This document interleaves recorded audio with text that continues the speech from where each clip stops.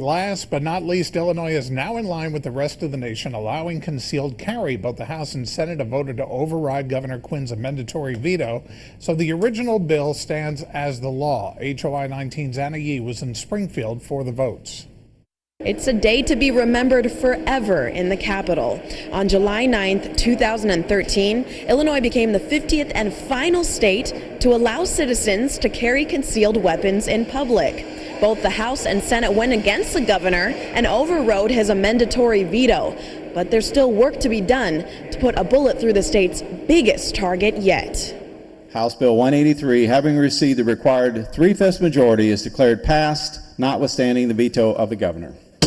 It all came down to the Senate's vote on the last day to legalize concealed carry in Illinois. The House overrode the governor's amendatory veto earlier on Tuesday without discussion. I think it's very, very disappointing.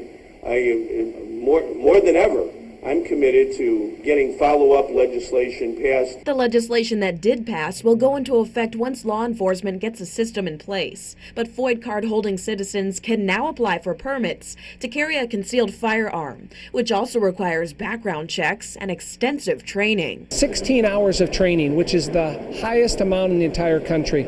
And you look at those provisions in there, I think it adequately protects the public. Some places will still ban concealed weapons, like schools, parks, and certain bars. Particular bars, maybe cruisins in Peoria, you wouldn't be able to take your gun into cruisins because they do more than 50% of their business on liquor. But the state's biggest problem is still left unsolved, and lawmakers aren't holding back, firing shots of criticism at the governor on pension reform. He called us down here today. You look around the building, you don't see him.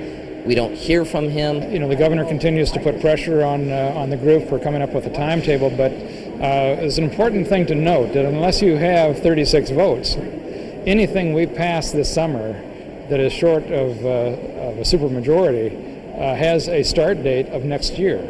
So let's take the time and let's do this right. A conference committee may meet next week on pensions to move the issue forward, with or without the governor present.